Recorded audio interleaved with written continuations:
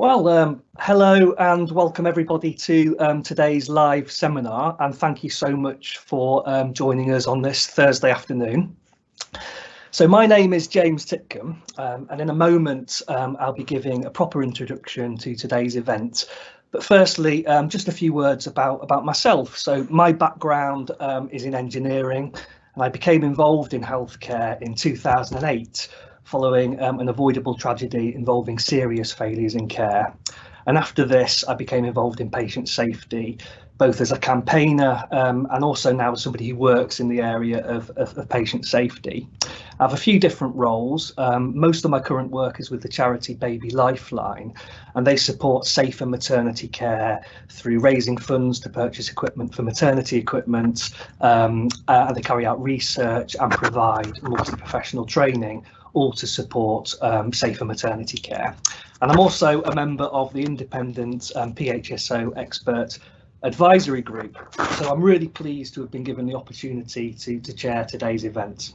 So a quick recap on why we're here. So PHSO and its partners have worked to create a national set of complaint standards for the NHS, known as the Complaint Standards Framework. And this is currently out for public consultation. I'm sure many of you will have read that. And the aims of this event is to let you hear more about the framework and its intended impact from a range of senior healthcare leaders from across the sector, and to put your questions to them about the framework. So before we move on, just to cover a few key points. So firstly, just to remind everybody that this is a live event. We've got 4 fantastic panel members who I'll introduce shortly. And the first part of today's event will be listening to talks from each one of those panel members. And following this, there'll be a Q&A session where everybody participating in the event can put their questions to the panel about the complaint standards framework and/or anything you've heard talked about during their talks. And you can do this using the Q&A function in Microsoft Teams. And this is a bit new to me as well, but there is a little button that you can press, a Q&A button. It should be on the right-hand side of your screen with 2 speech bubbles and a question mark. And this will bring up the Q&A panel, which allows you to enter questions and see questions from other people. Now, there might be a short delay between you posting your question and seeing that on the screen because they are moderated.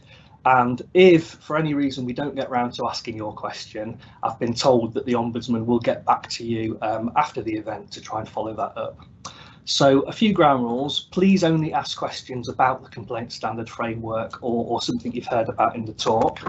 And if your question is for a specific panel member, it's going to be really helpful if you put that in front of your question so that I know how to direct that.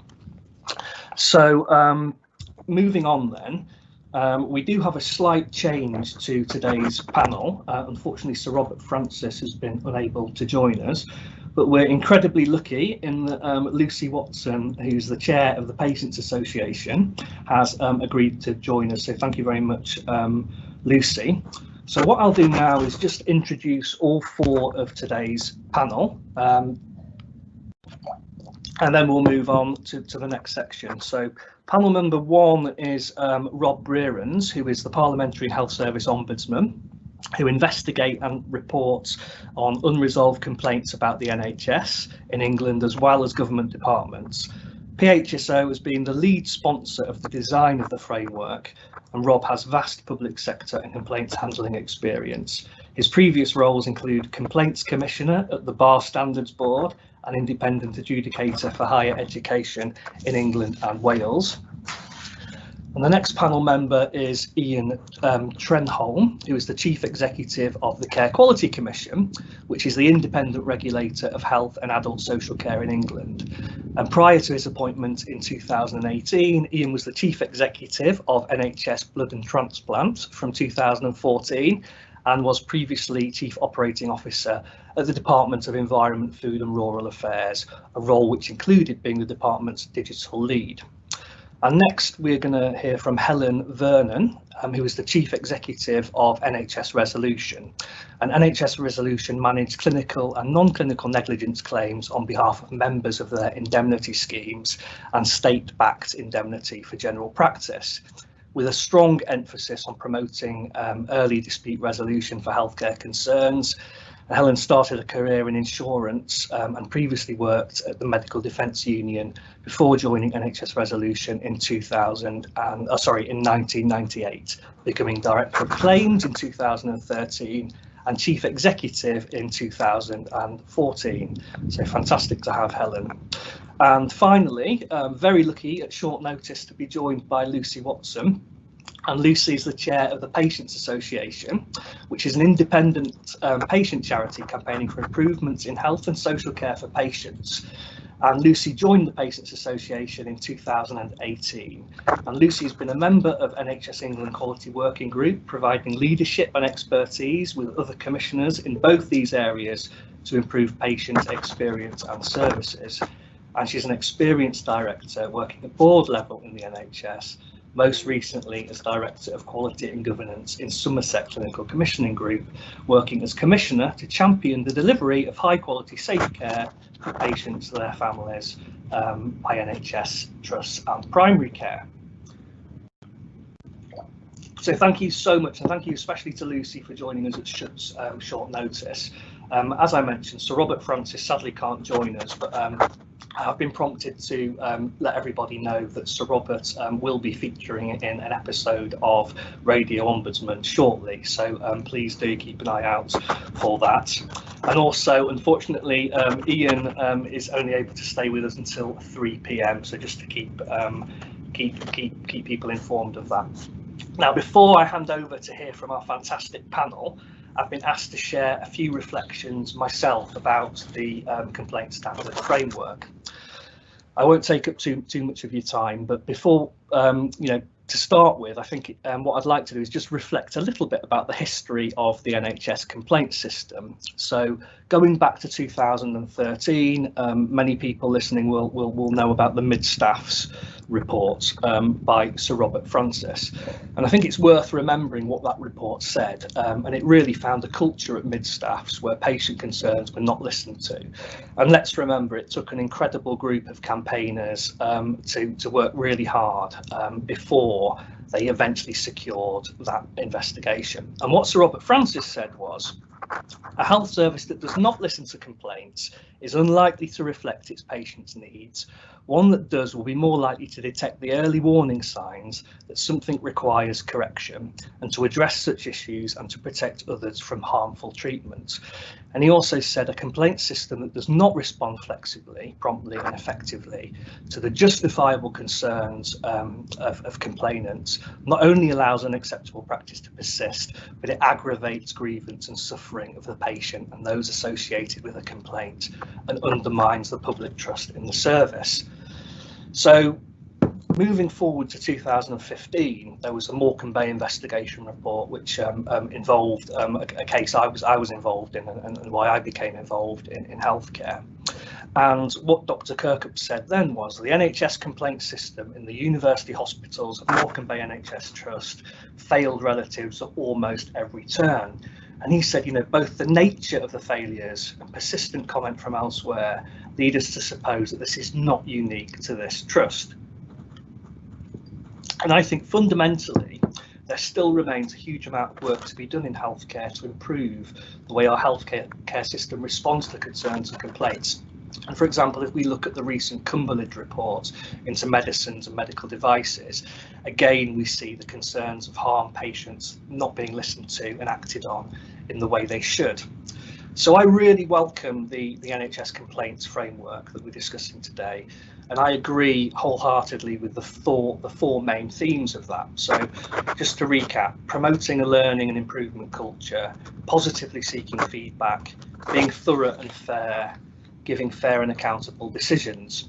And I really like the emphasis on providing more support for staff who handle NHS complaints. So next week, it's the second annual World Patient Safety Day. The theme this year is about the link between staff safety and support and patient safety, and it makes total sense. And I believe that NHS organisations really do need to provide the right resources and support to complaints teams. And I think the focus on professionalising NHS complaints handling and providing high quality training and skills is absolutely right. But my final thoughts before handing over to other panel members are really to point out the links and the differences between NHS complaints and serious incidents and patient safety incidents. So after my own tragic event involving patient safety failures, I didn't set out to be an NHS complainant, and I'm sure many of the people listening to this now will associate with this. And I believe if the healthcare system responded to what happened, in my own case, properly, by investigating what happened through the lens of a patient safety investigation, involving my family, answering our questions, and learning from what happened, we wouldn't have become, NHS complainants. So in parallel to improving the NHS complaints process, we also need to improve and professionalise patient safety and patient safety investigation, and actually build skills and capacity in healthcare systems for implementing learning and sharing learning across the system proactively, not just responding when things go wrong. And actually there is a lot of work going on, including, for example, the development of the patient safety syllabus that moves in that direction. So in summing up, my view is that the the complaint standards framework is hugely welcome. It takes us in the right direction, but improving the complaint system must also go hand in hand with professionalising patient safety. And that sums up really what I wanted to say by way of introduction. So without any further delay, because I've spoken for much too long already, I would now like to hand over to Rob Behrens, who will give us a 10-minute talk from his perspective. Thank you. Thank you, James. Hello to everyone. We're living in unprecedented times. All of us recognise the incredible pressure NHS staff have been under as a result of the COVID pandemic, and we thank them for their dedication and service. I recognise that raising concerns and complaining at any time can be challenging, and particularly so during the current pandemic, when everyone's under pressure. But complaining should not be seen as a negative or burdensome task, though too often it has been.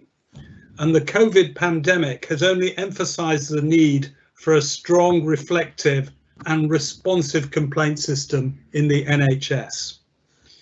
The Complaint Standards Framework consultation has to be seen in the context of 3.5 years of PHSO working to professionalise its own operations, to increase its transparency, and in the words of our strategic plan, to work in partnership to improve public services, especially frontline complaint handling. And that's what we're trying to do today. A complaint standards framework is not a new idea. It already exists in Ombudsman jurisdictions in Scotland, Wales and Northern Ireland. It also exists on a non-statutory basis in higher education in England and Wales. This was created by the OIA when I was Ombudsman there in 2015.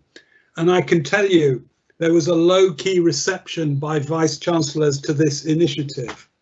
But despite that, it works and it improves standards and is now regarded as a routine, non-controversial part of the scene. It's also been warmly welcomed in Scotland, Northern Ireland, and most recently in Wales.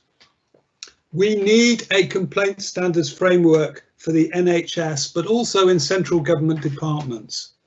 I know this from personal experience and from the results of the comprehensive research we've done during the last 18 months.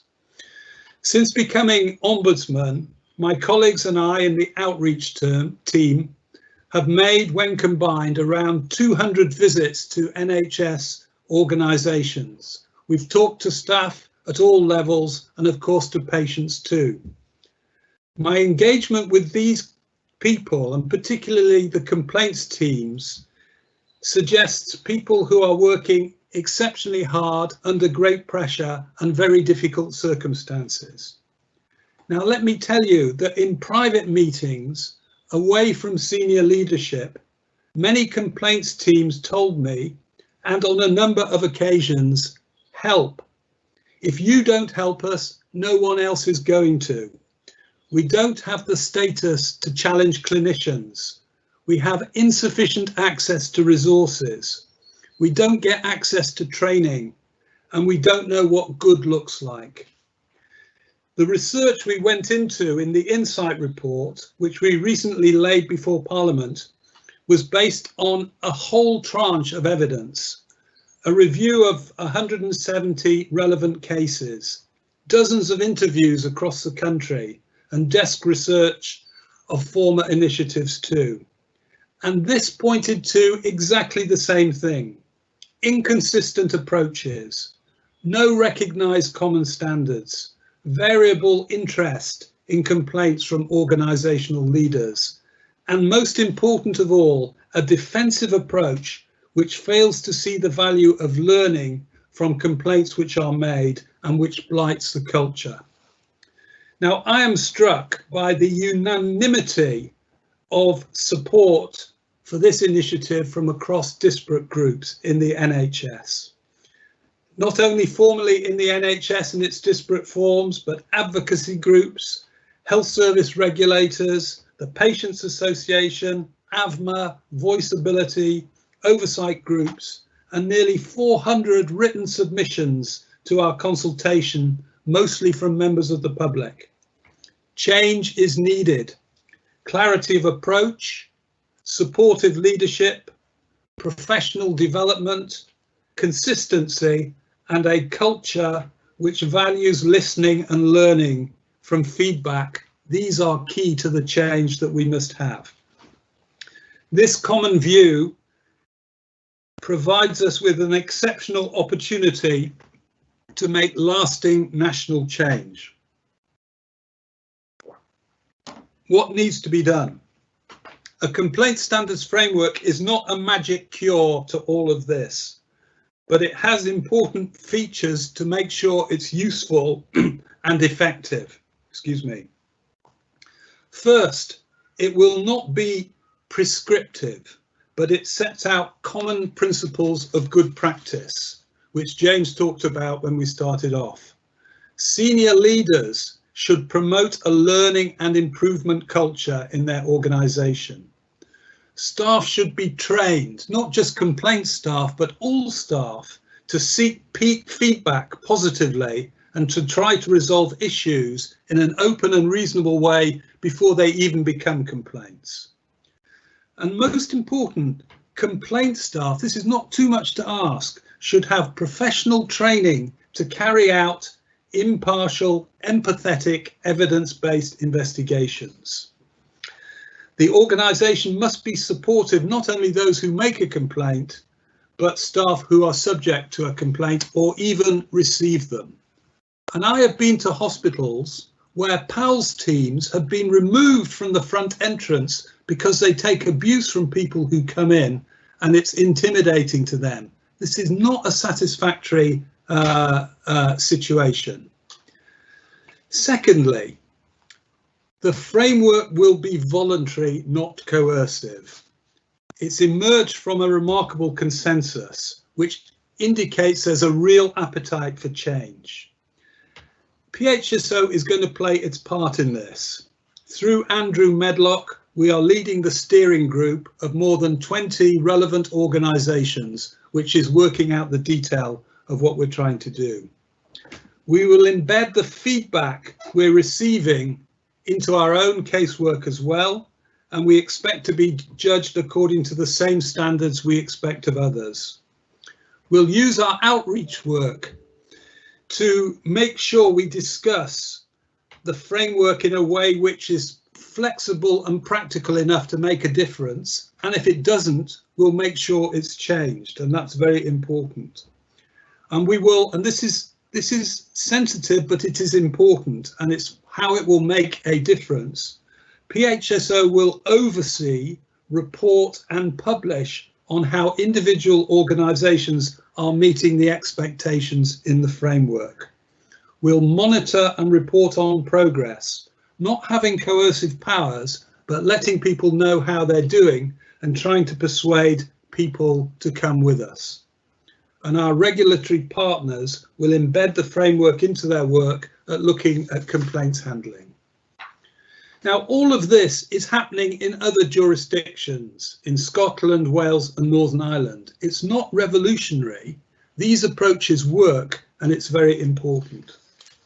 Finally, today, this will be a living document. What we create by the end of the year will not be the end of the matter. We will try to continuously consult and debate with you to make sure we develop it and change it in a way which is meaningful to everybody. And also, we will develop it in a way that we will put alongside it a model complaints handling process that people can use, not just talk about the values that we have alongside it. We think that we can deliver this on a non-statutory basis, but as in Scotland, Northern Ireland and Wales, there is legislative support for the programme, and if that gives authority and makes things more effective, then we support that initiative. It doesn't compromise the approach of the Ombudsman at all. Now, our engagement with members of the public throughout this consultation has surpassed our expectations and has been entirely positive. More than 90% of nearly 400 responses have recognised that this is an important initiative which they support. This week, we received important support for the project from the ministerial team at the Department of Health and Social Care, and that is significant. I want to end now with a quotation not from a minister, but from Scott Morrish, patient safety campaigner of the greatest insight and integrity, who spoke at the inaugural PHSO annual open meeting in 2017. And this is what he said: "Complaints handling can be viewed as a barometer for our cultural values. The truth is that it all boils down to leadership. If the complaints themselves are not valued, you know all you need to know about the culture. It's summed up by the people who are trying to do their best, but they feel unsupported, undervalued, and they're under-resourced. If you want insight, understanding and learning, and you want to improve, you cannot afford to ignore that well of hurt that is out there in the community. Today, we do not intend to ignore that well of hurt, and we thank you for joining us in this endeavour. Thank you very much." Thank you very much indeed, Rob, for that. So without any further ado, let's hand over to Ian Trenholm. Over to you, Ian. Thanks, James, and good afternoon, everybody. I'm always amazed. I'm always amazed by the fact that people are far more likely to feedback on their experience of buying something for a few pounds on Amazon than they are to feedback on the people that have just saved their life. And the thing is that that feedback is really useful. It's really useful to Amazon. It helps them improve their business. And it happens because there is an environment in place which makes feedback really easy, and it normalizes it. With feedback in healthcare, it doesn't feel normal. Beyond a few muttered thanks as you leave the service, people tend not to routinely leave feedback, and that everybody has a good experience and a bad experience in the way the experiences they have around healthcare. And I do recognise that the emotional toll of healthcare is greater than buying a book online, and that in and of itself dissuades people from feedback. People feel just emotionally wrung out, and therefore the idea of writing down or thinking carefully about the detail of the experience they've just been through just feels like too much. And I certainly felt that personally over the COVID period when I had a relative in hospital. But I do think it's too important a topic to just shrug our shoulders and leave it there. And I know all of you on this call feel exactly the same way. This is just too important a topic to just leave it as it is. It needs to be better. And our job as a regulator, as the regulator of health and social care in this country, has two components to it. First component is to provide the public with assurance that services are safe and are of a good quality. And The second component is to promote improvement. And improvement is powered by learning. Improvement doesn't spontaneously happen, it's powered by learning. And we know from having inspected every health and social care provider in this country more than once, we know that those providers are at the top of their game are those that consistently find ways to listen to feedback and improve. They are the ones that when you talk to their senior leadership team, they are constantly talking about what they're doing wrong, what they'd like to improve, how they're listening and learning all of the time. Those providers who are inconsistent in their approach to complaints or reluctant to listen to feedback struggle to improve. And that we see that again and again. However, if it was just as simple as listen more, then everybody would be brilliant, because that's easy to do. But we see that those organisations that have a really good safety culture offer the best care and are open to feedback and improvements. And we believe that these things are all absolutely connected together. These things are absolutely connected together. And when organisations are not open to feedback, one of two things happens. Either the person trying to give the feedback simply goes away and they get fed up with it and they walk away and they take the lesson with them. And that's, you don't hear from them again. Or the person gets more determined, more angry, and they become characterized as people that are hard to deal with, awkward, persistent complainants. There's a set of language builds up around those people. And again, that core lesson is lost because the core lesson is lost beneath a list of minor complaints about timescales and processes and who wrote to whom and all of that stuff as that difficult backwards and forwards goes on. Neither scenario is good. And this process then spirals downwards. The frontline teams who would have been interested in that constructive conversation feel embattled and bruised by that process. And they understandably lean away from learning the lesson rather than leaning into the lesson. And like many things in the NHS, different settings are more similar than they may think. Not everyone needs a different way of handling a complaint. Things don't need to be don't need to be designed around local circumstances. One complaint or bit of feedback is pretty much the same as the next, and consistency right across the NHS would be a really good thing. But more importantly, as a patient or a family member, I want to be able to feedback in a simple, consistent way and feel like I've been heard, and that the team who've looked after me are not going to be beaten up. When I speak to complainants, they often just say simple things. They often just say, I just want whatever happened to me not to happen to someone else. It's a pretty simple expectation. And if everyone is doing it in the same way, then a virtuous circle is created. If I had a good experience complaining or giving feedback last time, I'll do it again and again. And feedback becomes normalized.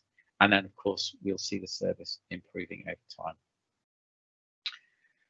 So as we, as the regulator, develop new ways of regulating coming out of COVID over the coming months, we will be looking at how our positive safety culture is fueled by feedback, because we think that positive safety culture is absolutely fueled by feedback. And that for me is why a consistent approach to handling complaints is so important. So I guess in summary, for me, the complaint standard framework is all about creating an environment that promotes feedback in a constructive way, that delivers a continuous stream of learning to people delivering the services on the front line, who feel really valued, who walk towards the lessons and embrace them. And that ultimately saves lives. Thanks, James. Thank you very much indeed, Ian. Fantastic talk. So I'll now hand over to Helen Vernon, please. Thank you, and good afternoon, everyone. This is a really important step forward, I think actually a vital step forward in how we listen and respond to patients' concerns, and we're really pleased to have the opportunity to contribute alongside other partners at such an important stage of the consultation.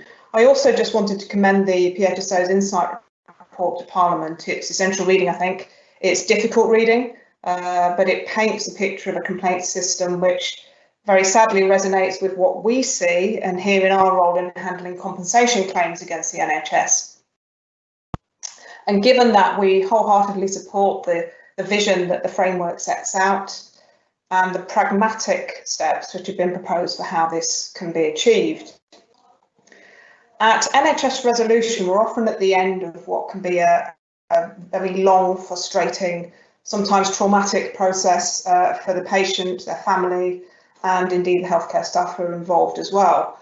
And too often they've navigated a maze of processes. They may be involved in an investigation, an inquest, a referral to a regulator, and or a complaint. And then sometimes, because there may seem no other way to be heard and no other way to ensure that something gets done about it, they might turn to a lawyer to be their advocate and to then deliver a conclusion and compensation as recognition for what has been suffered. We get around 11,000 claims for compensation for clinical negligence in the NHS in England every year. And in many cases, particularly the most serious cases, that compensation is very much needed. It's very necessary for ongoing needs, which can sometimes last for the whole of that person's life. But of that 11,000 cases, just under half of those conclude without any damages being paid. 1 in 10 are for less than £10,000, and there are many, many more people who approach solicitors to act for them, but whose case is turned away. We're told anecdotally by claimant lawyers that they turn away around 80 to 90% of the cases that come. And every one of those patients has raised a concern about their care, which they felt was serious enough for them to take legal action. Legal action isn't something which people take lightly. We did a survey 2 to 3 years ago of 10,000 former claimants. We split them 50-50 between those who'd received compensation and those who hadn't. And we asked them why they'd taken that step, that difficult step, to pursue legal action and what their experience had been before they got to that point. We got around 700 responses, and of that 700, almost 2/3 felt that they'd received an apology, and only 6% felt that actions were taken which would prevent the same. And half were given the opportunity for a meeting, and 80% had made a complaint, but overall were not happy with how that had gone, with themes of a process which seemed opaque, poor communication, incomprehensible or impersonal letters, and a lack of meaningful outcomes. And crucially, this was seen as a missed opportunity by some of those respondents, and many of them said that better complaints handling would have prevented them from going on to make a compensation claim. And that's where I think the complaint standard gets to the crux of it. A complaint is an opportunity which can't be wasted, and a compassionate, open, constructive response from the off may well prevent a claim being made, and it may well avoid a justified claim for compensation, starting from a baseline of a breakdown of trust, which tends to feed into an intractable dispute and makes it almost impossible to resolve any subsequent claim. It really still surprises me that there's can possibly be a view still out there that you shouldn't apologise to a patient because that might cause or prejudice a legal claim, and that's simply not the case. The opposite is true. A full, frank, open conversation and an apology is more likely to prevent a claim than cause one, and it's the right thing to do for the patient and for their family. If you work in the NHS, I'd recommend our leaflet, which is called Saying Sorry. It's been around quite a long time, and it sets out that commitment, which you can share with your staff, both as a reassurance that we'll support them in a transparent approach, but also as a quick guide on best practice in this area. So our aim at NHS resolution is to keep patients and healthcare staff out of formal litigation wherever we possibly can. And effective, compassionate complaints management has a role to play in that. Litigation ultimately can only deliver financial compensation And effective dispute resolution is really so much more than that. We recently reached a milestone of mediating 1,000 compensation claims against the NHS in England, and mediating rather than litigating shouldn't be seen as an easy option. But what it does allow is that a patient's concerns and wishes and what really matters to them can be explored confidentially in more depth than the formal sort of ping pong that you get with legal proceedings allows. And we've already heard about that sort of exchange of formalised letters, which can be counterproductive to moving forward. So we can't mediate every complaint, but it does highlight the importance of thinking differently about how we interact with patients who raise concerns, and the need to move away from that sort of overly processed one-size-fits-all response, and to help people acquire the skills and techniques they need to do this well. So that brings me to my final point, which, as others have mentioned, is those staff who deal with complaints. And they're often one and the same as those who deal with compensation claims in partnership with us.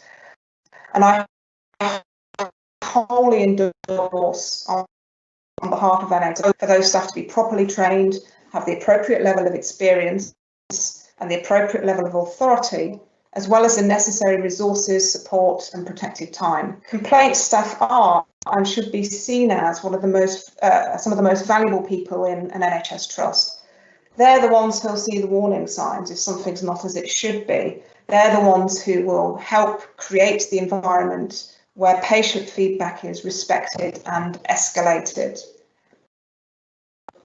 And there are some fantastic examples in the NHS of where this is done really well. For those who have to make those hard-edged choices about where to invest limited funds, it's well worth bearing in mind that investment in how complaints are managed will pay back many, many times over in terms of service improvement, staff time, and ultimately what we spend on your behalf in compensation and legal fees.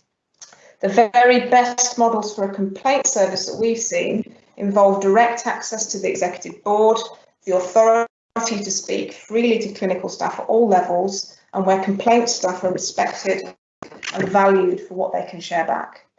So in summary, we think that complaints framework has the potential to make a very real impact in driving a more consistent, compassionate and learning culture towards complaints in the NHS, which in such challenging times is more important now than ever before. Thank you. Helen, thank you so much for that. And I'm going to hand over now to Lucy Watson, who is chair of the Patients Association. But Lucy, thank you first of all so much for stepping in at such short notice. We really appreciate it. And I think you might be on mute. Correct, I just saw that. Thank you, James, and thank you to the rest of the panel who've set out really clearly, I think, why a complaint standard framework is needed. And talked about how complaints handling still doesn't go well in the NHS. It's not consistent. There are patches where people do it well and patches where they don't do it well. But what I want to talk about particularly is really what the impact is for patients. And to say a little bit, as James talked about at the beginning, about the failings of Mid Staffordshire and the inquiry led by Sir Robert Francis, our president. And what, as everybody knows, he found was that people were complaining about the appalling care that patients were receiving. People were making those complaints, but they were only getting as far as middle managers. The board of that organisation never heard about those concerns. And Robert, as James quoted very well, made a number of particular complaints of quotes. And I was going to use the same quote as James, really about that Robert made about saying that when the NHS doesn't listen and doesn't respond to the justifiable concerns of complainants, that just serves to make those concerns persist and to aggravate them, and people feel upset, and then it undermines the public's trust in the service. And that's then when you get the problems that Ian then talked about people who start to be seen as being very difficult and always and too difficult for the NHS to engage with. And it comes through that sort of a process. And the other thing that Robert said very clearly was that organisations should see complaints like gold dust, that they're a real opportunity to listen and to learn and to improve. And that was just such a wonderful statement, but it's something that we still don't really see that's there and that's in place across the service.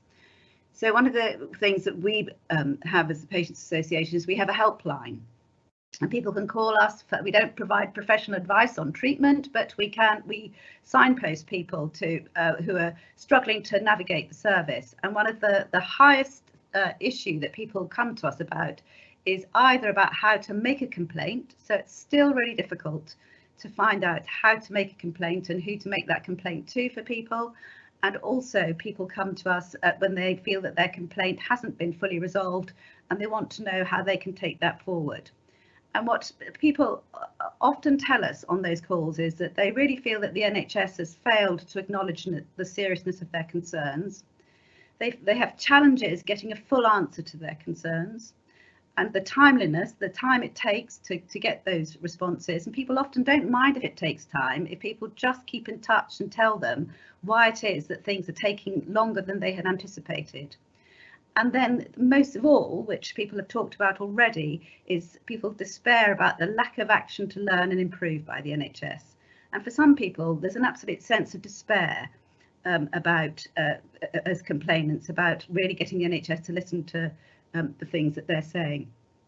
And one of the things I often say to people, and the people who work in the health service, as I have done, is that it can become second nature to you. It's an environment that health professionals, often have a career in the NHS, work there all the time, and the noise, the smells, the equipment, it's all things that people are really familiar with. But for most people, if you think of someone when their mother has had a stroke, they've perhaps never been near a hospital, suddenly in a few seconds, their lives are changed and they're going to be coming into a hospital and trying to make sure that their loved one is being cared for. And often the things that bother them are things that can be dismissed when they raise it as a concern by NHS staff, because it's things that from the NHS perspective is normal and a routine way about how they go about dealing with things. So that's one thing that we really want people to really start to understand, is to really listen to people and understand why they're bothered and why they're concerned about it. And one of the things that people have, one example of that we had back in some of the improvement work we've done with patients and with trusts was a gentleman saying to us that it turned out that when he attended for a procedure, they hadn't got, they'd muddled his details up with another patient of the same name. And the NHS, the staff said, oh, no, it's okay, don't worry, no, it's all right. And he said he spent the next 2 hours of that procedure, which he had under a local, really worried about whether he was having the right intervention and whether they had got the right records and whether they were really doing the right things that needed to be done for him. Now, from the staff's perspective, often people will find that there is a different, they'll have two different people with the same name, and that's something fairly routine. But it's about how you really listen to that person's concerns. So that's something that I really do want to emphasise, because I think that's the starting point for really good complaints handling and a really good service. And the complaint standard framework does talk about that, and talks also about being very empathic in how you listen to those concerns that people are making. So just to finish, what patients, in the work we've done, we do a lot of improvement work with NHS Trust to help them improve their complaints handling. And when we work with patients as part of that work, what they tell us that they want to see is that they want to be truly listened to, they want to be treated with genuine care, they want good, clear communication, they want an open and fair approach, and they want to know that the NHS is going to learn how to avoid the same thing happening again to anybody else. And most people tell us, just as Helen has said, that they don't want to litigate, and most people go to litigation because they feel that going to a solicitor is the only way they're going to get the answers to know that what happened to them isn't going to happen to somebody else. So thank you for listening. Thank you so much, Lucy. And yeah, I certainly can associate with that last point you've made. People want answers, they want honesty, and they want learning, and that's what we've got to get better at. So thank you to all four of the panelists there. Now we're going to move on to the next part of today, which is about the Q&A session. And just a reminder, anybody watching, anyone participating, just click on that Q&A button and you can ask any questions. And another reminder that if for any reason we don't get round to asking your specific question, PHSO will follow up afterwards. And also just to mention that Ian has only got 10 minutes left. So Ian, I will try and direct some of these questions to you. So great stuff. So to start with then, I've got a couple of questions I'm going to ask, and I'm going to ask them to the whole panel. The first question is one that actually lots of people have asked. So I'm looking, Peter Howard has asked this very question. And that is, look, if the framework is to be embedded across the NHS, how can that happen if it's only voluntary? So this point about enforcement, and this is a voluntary set of standards. And Ian, since you're the regulator, I think I'll go to you first. Okay, thanks, James. I mean, I think that this is a pretty simple choices and consequences answer, I think, which is there are lots of things across the NHS that people have choices around as to whether they do or don't adopt them, lots of frameworks and things like that. And from our point of view, we look at how an individual entity manages complaints. If we see that an individual entity is not using the framework and is using some local variant of it, they're going to have to try pretty hard to explain why they're doing something different. Why would they do something which is different to best practice? And there may very well be a really compelling reason why they're doing something different, in which case that's fine. But I think, you know, if you as a trust make the choice not to follow this framework, the consequence of that is my inspectors are going to find it quite difficult to rate you highly in an area which is really important and which talks directly to safety culture. So, you know, my strategy that we'll be talking to the public about over the next few months is all about doing more work in the safety space. It's all about creating safety cultures. If this is a significant component of a good safety culture and it's not there, then don't be expecting to be outstanding or good. I think would be my kind of how I think about this. So for me, that's how I'd see that. Okay, so Lucy, from the Patients Association perspective, do you think that's so? Do you think we need more enforcement, or is that approach going to be enough? Well, when there's enforcement, that can make things happen, but it doesn't necessarily make them happen in the right way. So I do think that this piece of work being led by PHSO often offers a real opportunity for the service to adopt this framework. And I think that if we can get some organisations really adopting it and then flying the flag for how they've, you know, what a difference it's made to them, you know, in terms of their staff feeling better supported, better able to listen, the better outcomes for patients, then, you know, maybe we can use that as a way to really sell that to other parts of the NHS. Okay, and Helen, have you got any comments? Yes, thank you. I mean, I think the key to, I mean, I agree with what has just been said actually about, in some ways, making something voluntary can be get more buy-in than if you, in terms of doing it well, than it can be if you enforce it. But the key to embedding anything voluntary, I think, is to make it useful to people and to make it usable. And in my view, the framework does that really well, in that it's principle based, but it's very pragmatic as well in terms of what happens next. I think that in order to succeed, it needs visibility, it needs buy-in in all parts of the organisation. It shouldn't be seen as a niche thing, just something for complaint staff and legal teams. It needs to be seen as integral to how we listen to patients, and that means it deserves to be on board agendas, for example. Fantastic. And Rob, any comments to add? Yeah, I've got 5 quick points to make. First of all, frankly, there are no guarantees this is going to work. So we need to be clear about that. But I've got good reasons why it will work. First of all, we've discovered a very wide consensus that this is a good thing. We're not going against the grain here. Secondly, it's rooted in extensive consultation. So we and our partners have not said this is how to do it. We've gone out and said, how do you want it to be done, which is different. And I think that's better. Thirdly, it's going to be monitored. And I think the failure of previous initiatives has been that committees have made recommendations and then they've gone away and there's been no one there to see whether or not it works. And that's very important. Fourthly, we're going to pilot it. So we will be able to make sure it fits with individual trusts and organisations, not just impose it on everybody.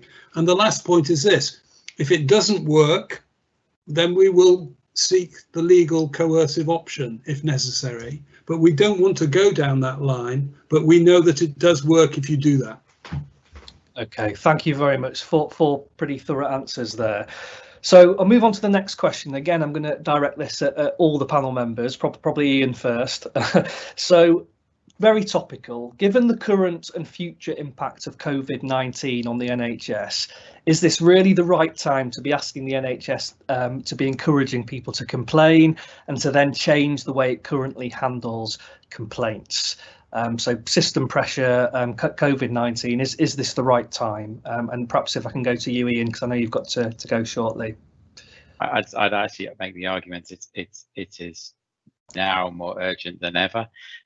We've certainly found that as we have reduced very significantly the amount of on-site work that we're doing, we are relying increasingly on feedback we're getting from the public, and I would expect the same is true in a hospital trust or anywhere else, that they are going to really value the feedback they're getting from people at this time. And so I think there's a tendency to assume that a complaint is a bad thing, whereas in actual fact, it is a piece of feedback. And as people have said, Robert Francis made the point, complaints are gold dust. They are there as an improvement lever if you want to take them.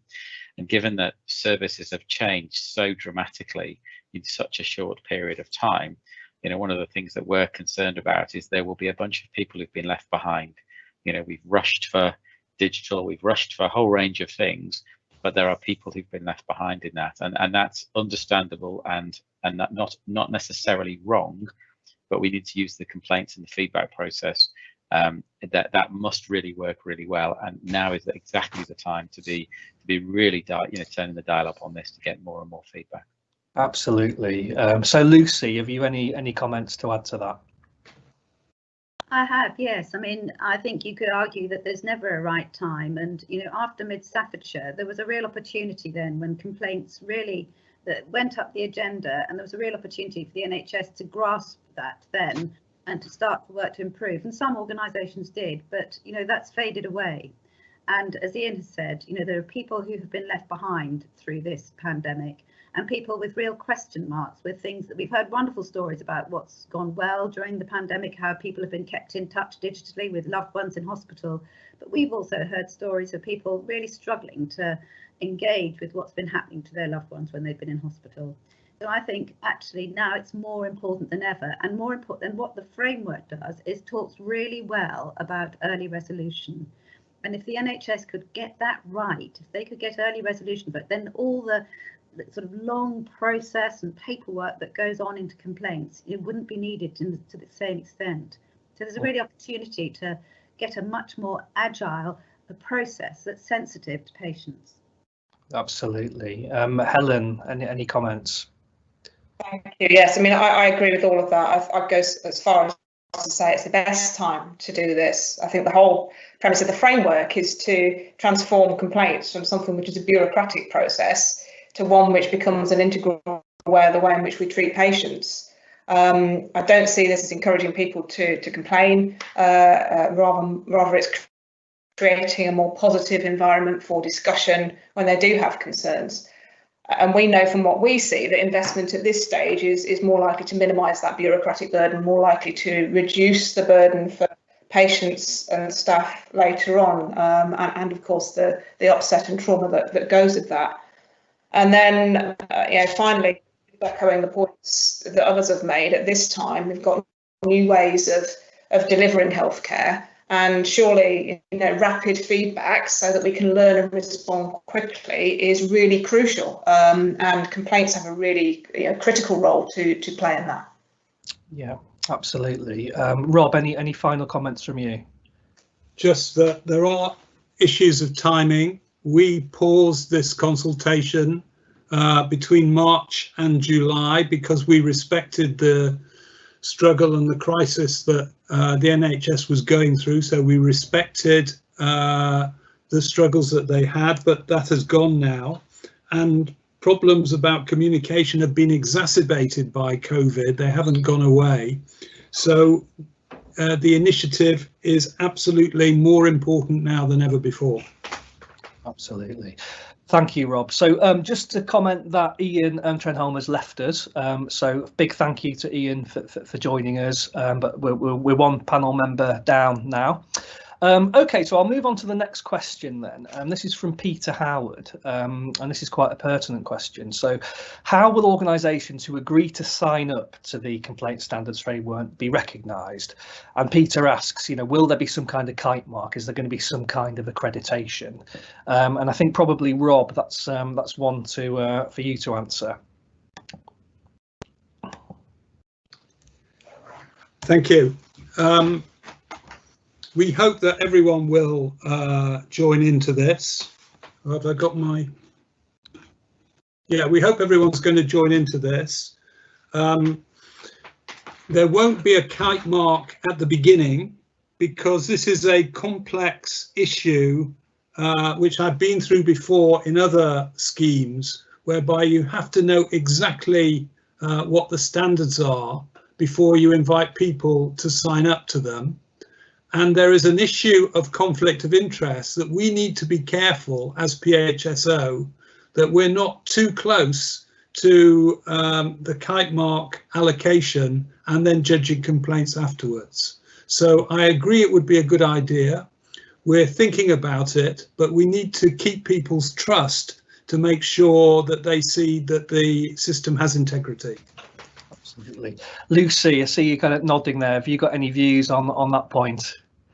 Well, I can see the challenge for the PHSO around needing to maintain your impartiality, but all I was just thinking is that maybe as time goes on, that's something that could be developed with patients. Maybe patients could be part of developing a kite mark. That's a really good idea. That has my vote. Helen, any comments on that? Yes, I mean, aside from the idea of a kite mark, we're really keen to showcase the very best because, the best way of encouraging people to improve is to put out some, great examples of where it's working well in practice.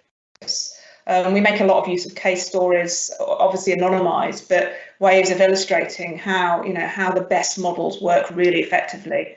And, we've been more than happy to sort of make use of our publications and our website and our materials and interactions with trusts to really celebrate those who are embracing the framework and making it work for patients and staff in their organisation. Great. OK, I'll move on to another question then. So this question is about training and it's anonymous, but the person asks, will training be available for senior managers and executive teams, and who will provide the training? So I guess we could widen that to a more general question about who provides the training. And perhaps Rob, have you got any views on that? I know some of these questions aren't easy to answer. Well, that's a very good question, and it's very important. You can't argue for the professionalisation of complaints handling without thinking about how to do it. And we have made big strides in the last 2 years through an inspired project to give accreditation to our case handlers. And we're developing that to make sure the accreditation is validated externally, which is exciting, and it would be the first Ombudsman in the UK to do that.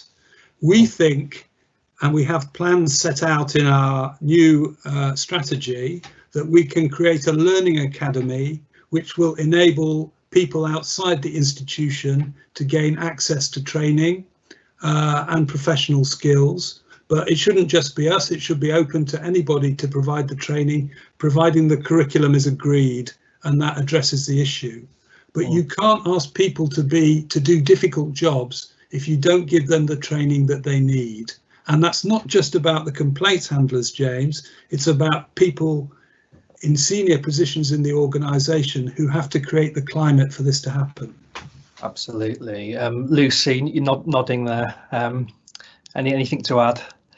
Definitely. So one of the things that went wrong with Mid Staffordshire is that was a board that was focused on finance and performance and wasn't interested in quality and safety.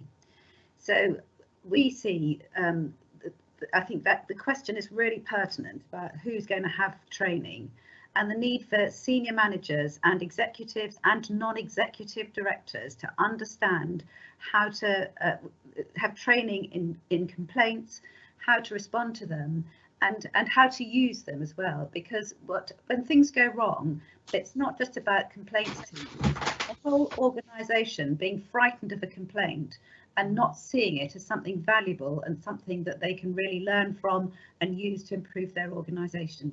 So that training absolutely needs to go through the whole organisation. And if you then get leaders understanding the value of complaints, they will then support those complaints teams and invest in them. Absolutely, and that culture really does need to come from the top of organisations. Helen, anything to add on that point, or I'll move on to the next question? Yes, I mean, this is something we're very keen on and keen to work in partnership on with others.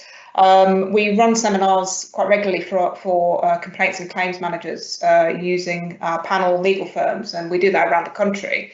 They're always oversubscribed, and it's one of the few opportunities that those people have to get together actually and share experience from their respective organisations. And I would also endorse the point that's been raised about the need for boards to be involved in that as well. I think key to that is going to be protected time, though. I think there's no point sort of rolling out training programs if people don't have the time to attend them. So I would sort of encourage the development of that program, those programs which we're very keen to be part of, to be going hand in hand with discussions about how people might get that protected time to participate effectively. Thank you very much. OK, so I'll move on to the next question then, if I may. So this is from Donna Morgan, and Donna asks, how is the framework going to be implemented nationally throughout the NHS? And she says, the 20 organisations, the pilots, are these going to be a mix of primary care, secondary care, or combined? And perhaps if I could put that to you, Rob, please. Yeah, it's a very good question. And I don't want to be definitive at this stage about how this is going to work, because it's one of the questions in the consultation which we've asked, and we need to reflect on it very carefully. We can't have a situation which becomes so complicated that it becomes burdensome to administer in terms of monitoring how things are going. So it has to be at a sufficient degree of distance and joined upness to make sure it's practical for us to deliver it. So that's the first point. We don't want to create a burden. We want to create a light touch approach.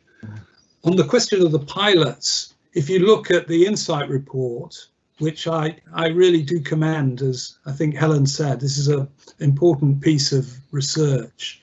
We illustrate good practice across the NHS, which there is, and we name the organisations with the good practice, and a number of these have already volunteered to be the basis for pilots at the end of the consultation.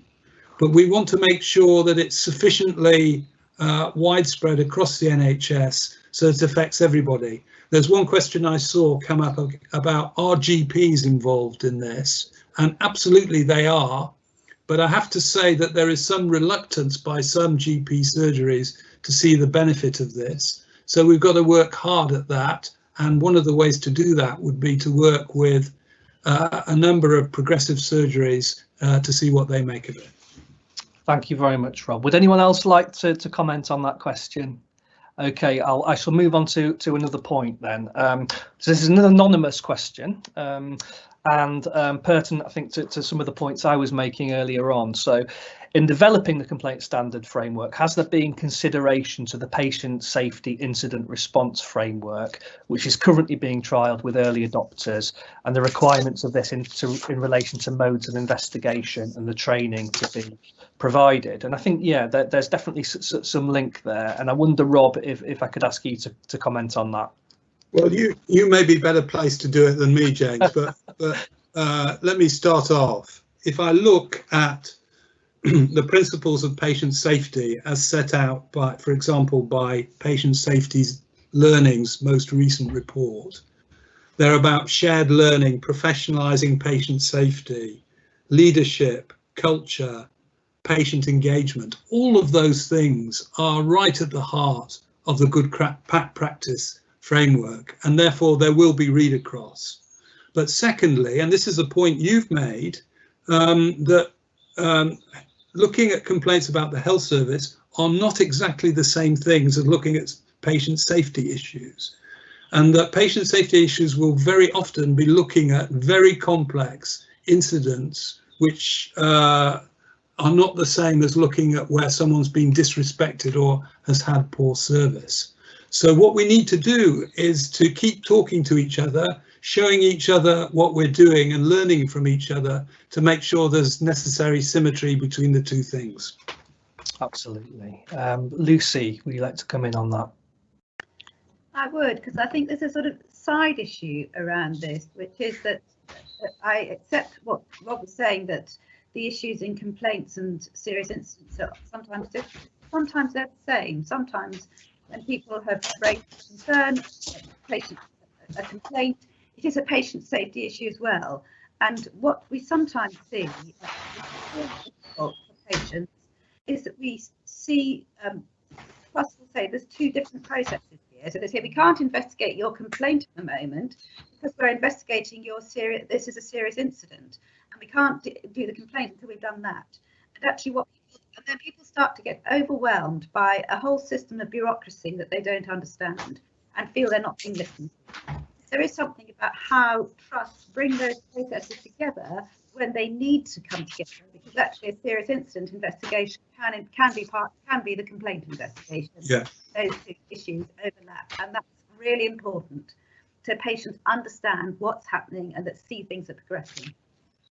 Thank you very much, Lucy. Would Helen, have you got anything to add on that point? Yes, it's a really interesting and important question, and I think what's great about the framework is it sets out a number of principles which can be applied to whatever stage of the process you're at. It's all about how you engage with patients. And I think, that really comes back to what you said right at the start, James, about, if an incident is handled well, there shouldn't be any need to complain in the first place. It's all about, how you engage with the patient from the off. So I wouldn't see, the borders as being hard-edged. I think, that there is a lot here that needs to be drawn upon in order to, improve the wider processes that we have in place to engage with our patients and with the staff who care for them too. Thank you very much. Okay, so I'm going to move on to a slightly challenging question if I can, because I think that's what we're here for. And yeah, I can associate with this one. So, this anonymous question is: in the experience of myself and many others, people don't abide to the standards that have already been published. So if this doesn't happen, why create more standards? And I guess that speaks to a frustration that, often people come up with ideas and initiatives. And before this seminar, I was reading back to the Anne Hart, the Clwyd Hart review in 2013, and that made all kinds of recommendations. And we look back and think, well, did we do that? So I guess, how can people be assured that this is really going to make a difference, and that in a few years' time we're not going to look back on this as yet another set of standards that nobody took into account? Difficult question, or perhaps Rob, if you could try with that one. Yeah, first of all, you have to learn from history. So we have a whole host of reports that have failed to have an impact, and we have to think carefully and discuss why that has happened.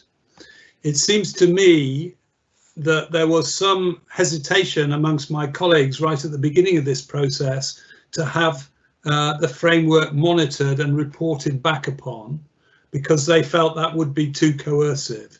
To my mind, that's absolutely the heart of the credibility of the project. And when it comes to the crunch, we will, as the steering group, need to make difficult decisions about when to publicise when things are not being properly abided by. And I know from my experience of being an ombudsman in a number of sectors, unless you take people to the brink and say, if you don't do this, we're going to publicise the fact, we're going to put it in the newspapers, then they may change their mind. They won't always, but that's the only voluntary approach. But you've got to be tough-nosed about it. Lucy, so from a patient's perspective, you know, when I asked the question, you were nodding there. It is a frustration, isn't it, with patients that these new initiatives come out and we don't see change on the ground. But what are your thoughts on that? I think it's a very real concern.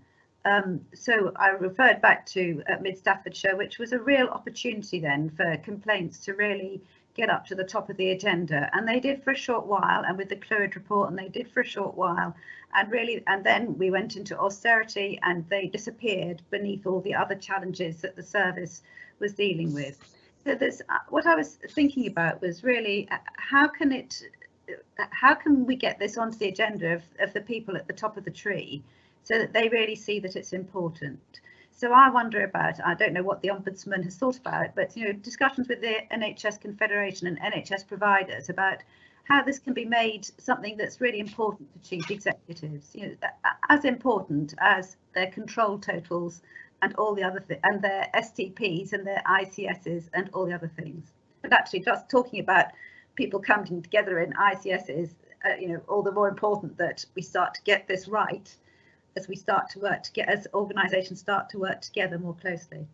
Absolutely. Helen, anything to add there? Yeah. Back to Rob's point, I think you know, to ask why it is that people haven't followed recommendations that have been made in the past. And I think, you know, this is at its heart about effective communication, and that's hard stuff. It's hard stuff for time poor, pressured people, and it doesn't come naturally to everyone. I think a lot of this is about learned skills, it's about training, it's about support, and it's about having the space and the courage to do the right thing. I think, you know, that's the framework encapsulates that very, very well in how it describes the necessary investment and support that is going to be needed for this to be delivered well. You know, that's not just something we can take for granted. That's something which has to be created in order to succeed. Thank you very much. Okay, I'll move on to a different question, and this is quite an interesting one. So, anonymous question: how do you see the role of commissioners in relation to complaints changing in the future? Should that role be strengthened, or should the option to choose to complain to commissioners or providers be removed?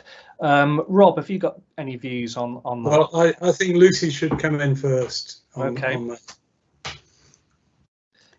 Well, interestingly, one of the reasons I got involved with the Patients Association when I retired was because I worked with the Patients Association when I was a commissioner, and we had them come and work with us across Somerset with all our trusts working together to look at how we could improve our complaints processes together. So I do think there's a role for everybody, both and for two reasons really. One is that I think, as some people have already raised, complaints often get more complex now because people are receiving services from a number of providers, so there needs to be that coordination, and often the Commission is well placed to do that coordination. I did used to see as well, when people didn't get the response they wanted from trusts, they often wanted us to investigate for them. Now, under the regulations, you can't do that as a Commission, you can't reopen a complaint. But what we did through that work we did as a community, what I was able to establish was that our trusts would often come to us to help them when they felt they'd lost trust and confidence, and they would then ask us if we would lead the complaint investigation and bring some independence, and often we'd commission somebody independent. So I mean, that worked well for us locally because of the relationships and the way we'd work together, but there is something to take away from that, I think. Absolutely. Any comments from you, Rob? Yeah. Can you see me, James? I can. You're there. Yeah. Okay. So I agree with what Lucy said. I think there are 2 or 3 points that I just want to add to this. First of all, the integrity of the system is dependent upon a clear pathway that people understand about how to make a complaint. And the weakness at the moment is that people don't have that clarity and that it varies from sector to sector. And we need to get that straight. The second thing is that there mustn't be too many steps involved in the complaints process, otherwise people give up hope along the way.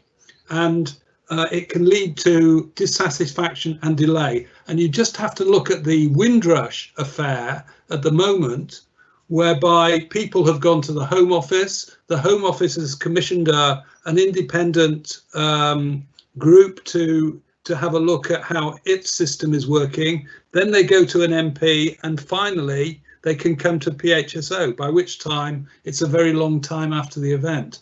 So we don't want to have too many steps, and we want all involved in making decisions to have the authority to make them in a way which is going to be useful.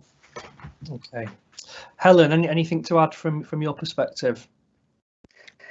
Yes, I mean, perhaps calling upon the research that we did a couple of years ago, 2 of the main complaints were, that the system seems fragmented. We've got all these bodies doing all sorts of different things, and we don't know where to go. There seems so many different avenues that we can pursue, and we don't know what to do. I think that the important thing is that what this consultation has achieved is a lot of people pulling in the same direction. So I suppose it's incumbent upon us then to make sure that pulling in the same direction gives clarity to patients and produces something which is simple and easy to navigate. That I think is the overarching priority here. Thanks, Helen. Okay, so I'll move on to another question then now. So, anonymous question. The 2009 complaints regulations are in need of review. So much work has been put in since 2009, but won't these frameworks have more teeth if the statutory regulations reflect them? What a good question that is. I think, Rob, I'm going to go to you first. Yeah, that's absolutely true. And we say that in the Insight report, that the 2 things have to be harmonised, otherwise you're going to have confusion. So we see it as an important step in the credibility of the programme to harmonise the regulations with the standards. Okay, anybody else like to comment on that? Lucy? We think that the regulations really need to be reviewed and updated.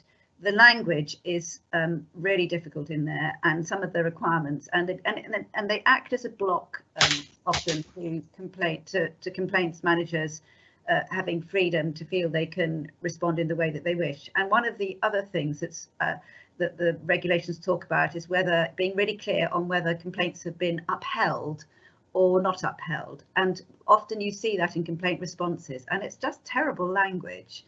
We've talked a lot about empathy and compassion, and when you get a letter back saying, I'm sorry, your complaint has not been upheld, or it really doesn't make you feel like you've been listened to.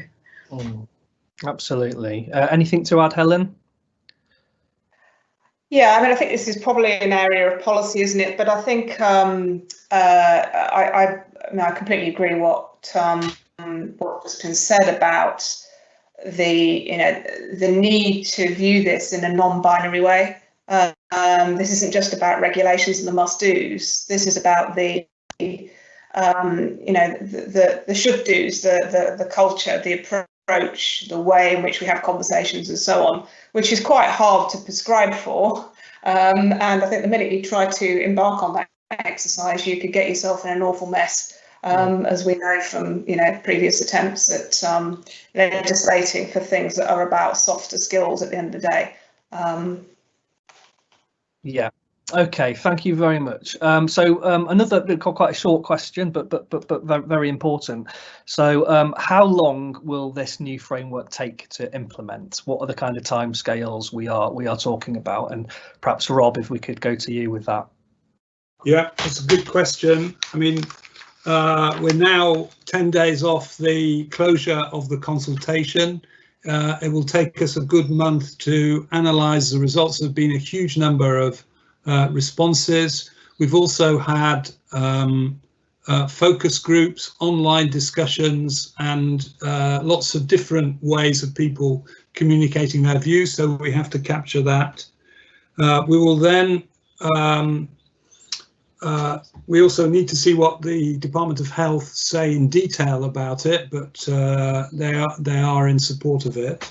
We'll then publish through the steering group the semi-final draft of the framework, and at the beginning of the new year we'll go into pilots to make sure that we can do this properly. And I saw someone ask a question, will you just be using the goodies for the pilots? And the answer to that is no. You know, we want to make this real. We will try to encourage people who are skeptical and sometimes non-compliant to see how we can convince them that it works. And so hopefully well into next year, we'll be able to launch it nationwide. Fantastic. Anybody else like to comment on that question about timeliness? Okay, I'll move on to another question then. So this is for all of you again. So would the PHSO, NHS Resolution and the Patients Association and other bodies support the development of a national mediation service to support us in resolving disputes as Helen described? Perhaps Lucy, if I go to you first. Well, I think that's a really interesting question. I think mediation is really important, as Helen has talked about already, at every stage in the process, really. But when people start to lose trust and confidence, for whatever reason, sometimes just because of what's happened, but often because things have not been managed well at the start of their complaint, that mediation process is so important. And the other thing that I think people also need is advocacy. So often when I'm a strong advocate of local resolution meetings, when they're done well and when effort is put into supporting people to attend, to be part of the planning for the meeting, as both the patients and the staff. And I think there are two things, mediation and advocacy, that have not been well invested in by the service, but also nationally. There's no by government. Whether it's a national mediation service or a local service, I don't really have a view. What I do have a view on is that it should be properly invested in, and that's what's not right about advocacy now. The way the investment and the way those services are commissioned at the moment means that it's very patchy and often not good. Thank you very much, Lucy. Helen, anything from you? Yes, I think, in years gone by, not so long ago actually, mediation used to be seen as a bit novel, a bit special. I remember the first one I did, which involved being locked in a room for several weeks with piles and piles and piles of files, and it was more adversarial than any trial you could ever have attended. It was unbelievable. So, I mean, we've tried to really push the transformation of the way in which mediation is seen, and to make it more mainstream. And we'd like to think we've had a lot of success with that. It's really started to get traction as people have been able to see the very real benefits of it. However, in terms of the next steps, we've taken a view that rather than, whilst continuing to push mediation, we also need to broaden the offering as well. Mediation is not the only dispute resolution tool in the box. We've been looking at developing what we started to call a point of incident resolution approach, and we've been working with AVMA and others on what that might look like. So I think rather than thinking in a binary way about just having a mediation panel, perhaps we need to think about how we make more broadly available the range of dispute resolution offerings that there are out there. and where they are best applied and most effective. Yeah, absolutely. Thank you. So yeah, we're getting close to the end now of this session. I'm going to finish with a question that's actually come up quite a lot in the submitted questions before this event, and it's probably one for Rob to mostly address. If PHSO are the organisation that are involved in setting these standards and making these recommendations, is that a conflict with your role as adjudicating the complaints process? Do you see that as a conflict or not? Well, yeah. Can I have the opportunity of responding to the question before the one you've just asked, which is this, yeah, that we need mediation as part, as Helen says, of a whole series of opportunities to resolve disputes. We also need specialist advocacy, as Peter Walsh continually tells me, and both these things cost money, and the money will not just come out of the sky, so we have to think how to resource this properly. On the difficult question which you've raised, the emphatic answer is there's no conflict of interest between setting out a process which people should use on the one hand, and then but leaving the organisation absolutely free to decide how it implements it in terms of individual cases. And it is a well-established principle in Scotland, Northern Ireland and Wales that they do this. They set the process for complaints handling, but they don't interfere in how complaints are handled, and then they adjudicate, and that's what we would do. Fantastic. Any other comments on that point, Lucy, from your perspective? Helen. Okay, so look, I think we've had a really good question and answer session there. What I've been asked to remind everybody is any questions that we haven't answered directly in this session, we will come back. The Ombudsman will come back and get back to you with a response. So a huge thank you to the panel. We've heard some really important talks and some really interesting reflections. I think to sum up what we've heard today, or what I've heard today, is a true reaction to what people think of this framework. Some challenging questions, but it's essential, really. It's not a nice to have. Having an effective complaint system in healthcare is essential. And there's a need for more consistency. We heard that through many of the talks. For staff, for patients, they need support. And I think Rob in his talk at the beginning talked about hearing from staff, crying out for help. You know, they need support. They want to do a good job. And I think this framework provides a basis for that to happen, to provide those staff with the support they need. And that investment that has to come, you know, to do this well, we need to invest in staff. And openness and transparency is absolutely key, with an emphasis on resolving complaints. And you know, my experience personally, lots of families and lots of people listening to this today will think, I didn't want to become a complainant. I didn't want to have that label. I didn't want to go through this complaint system. So the more we can change the culture to early resolution, things being dealt with as safety incidents, away from the complaint system, that's really important. And we've also heard, I think, today about the value of complaints staff and the need to professionalise this. This is a really serious business. This isn't a job that can be tacked on to the end of somebody else's job role. This is, you know, professional, trained, highly valued career path, really.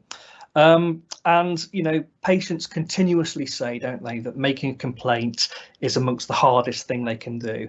It's still too complex, it's inconsistent, and people still too often fail to get those meaningful answers.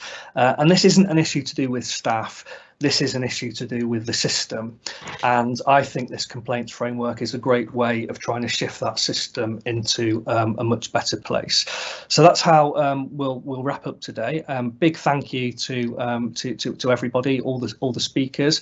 A reminder that the consultation is open until the 18th of September. And this video, a transcript of this seminar will be made available online. So to close, thank you very much to everybody again. Great participation, and I hope you've enjoyed and valued listening to everyone's contribution. Thank you very much.